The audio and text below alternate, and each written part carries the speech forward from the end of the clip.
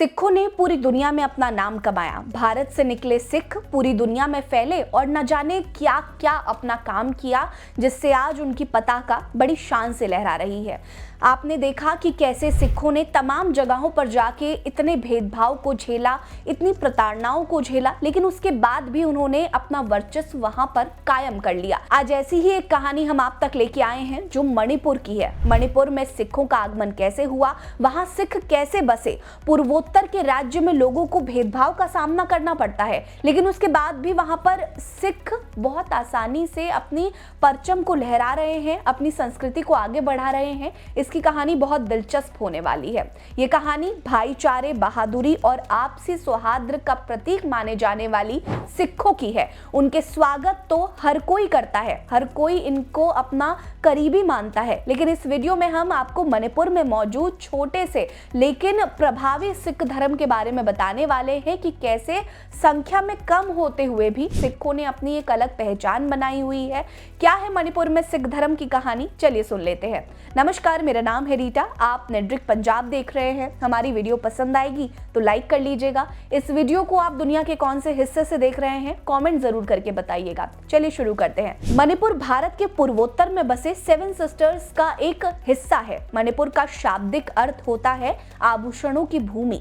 मणिपुर आजादी से पहले आजाद रियासत थी, जो कि आजादी के बाद 15 अक्टूबर 1949 को भारत में विलय हो गई थी, जिसे 1 नवंबर 1956 के एक केंद्र शासित प्रदेश का दर्जा दिया गया था और फिर 21 जनवरी 1972 को एक राज्य का दर्जा दिया गया। मणिपुर की राजधानी इंफाल है, वहीं इसका कुल क्षेत्रफल लगभग 22,327 वर्ग किलोमीटर है। मणिपुर की आबादी की बात करें तो इसकी 2025 में लगभग 37.56 लाख के आसपास की आबादी थी, जो कि 2011 में लगभग 28.56 लाख के आसपास हो गई।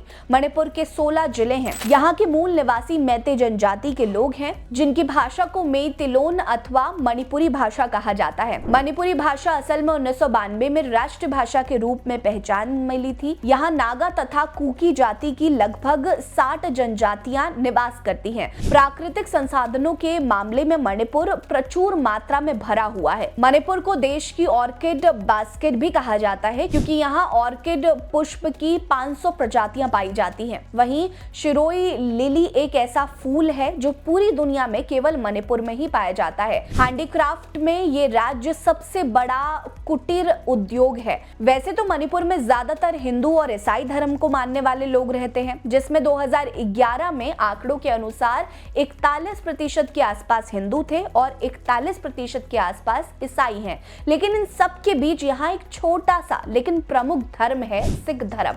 वैसे तो सिख धर्म से मणिपुर का इतिहास सिखों के प्रथम गुरु नानक देव जी से जुड़ा हुआ है। जब वो अपनी उदासियों के दौरान मणिपुर की पावन धरती पर आकर उन्होंने सिख धर्म की विचारधारा तो यहाँ के वैष्णव समाज के बीच रखा था। सिख इतिहास के बारे में विस्तार से बताने वाले ग्रंथ जन्म साखी में इसका जिक्र भी मिलता है। गुरु साहिब ने वहां सिख संगत की स्थापना भी की थी, लेकिन तब भी वहां सिखों का प्रभाव उतना ज्यादा नहीं था। एक सोर्सेस के हिसाब से 1920 के आसपास रामगढ़िया सिखों का एक समुदाय शिलोंग के इंफाल आए थे, लेकिन 1931 के शुरुआती दौर में बर्मा, आज के म्यांमार में युद्ध और तनाव के कारण काफी संख्या में बर्मा में रहने वाले सिखों ने तब मणिपुर में आकर शरण लेना शुरू कर दिया था। बर्मा में 1931 की जनगणना के हिसाब से सिखों की संख्या लगभग 18,000 के आसपास थी। सिख शरणार्थियों में मणिपुर में ही रहने का फैसला कर लिया और यहाँ गुरुद्वारा साहिब की स्थापना भी कर ली। 2011 की जनगणना के मुताबिक मणिपुर में करीब 1500 के आसपास सिख रहते थे, जो कि यहाँ की आबादी का मात्र 0.05% ही था। इसमें से ज्यादातर आबादी राजधानी इंफाल में रहती है। वहीं कुछ सिख ऐसे भी हैं जो वैसे तो पंजाब की धरती से ताल्लुक रखते हैं, लेकिन लंबे समय से मणिपुर में ही रहते हैं और यहाँ के रंग में डूब गए हैं, जो अपने सिख परंपरा और संस्कृति को मानने के साथ साथ मणिपुर की संस्कृति को मानते हैं। वो अपने गुरुओं के प्रति पूरी निष्ठा रखते हैं। सिख त्योहारों को मानना, उनकी संस्कृति के अनुसार क्रियाकलाप करना और इतना ही नहीं, इसके साथ साथ सिख संस्कृति को बढ़ावा बढ़ावा भी देना यहाँ के सिखों का प्रतीक है। यहाँ पर गुरु नानक पब्लिक स्कूल भी है जिसकी शुरुआत हुई। वहीं मणिपुर में अभी 3 गुरुद्वारे ही मौजूद हैं, जिसमें से गुरुद्वारा श्री गुरु सिंह सभा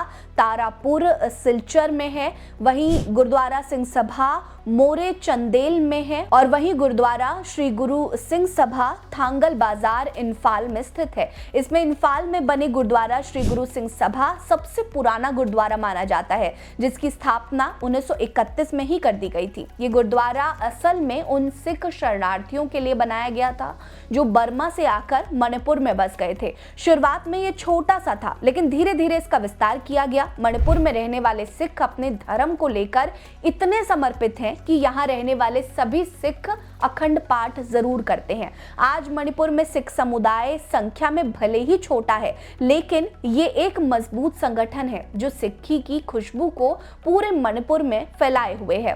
आप कभी मणिपुर गए हैं और सिखों की आपने इस भूमि को देखा है या नहीं, कमेंट करके हमें जरूर बताइएगा। हमारे साथ बने रहिए। नमस्कार।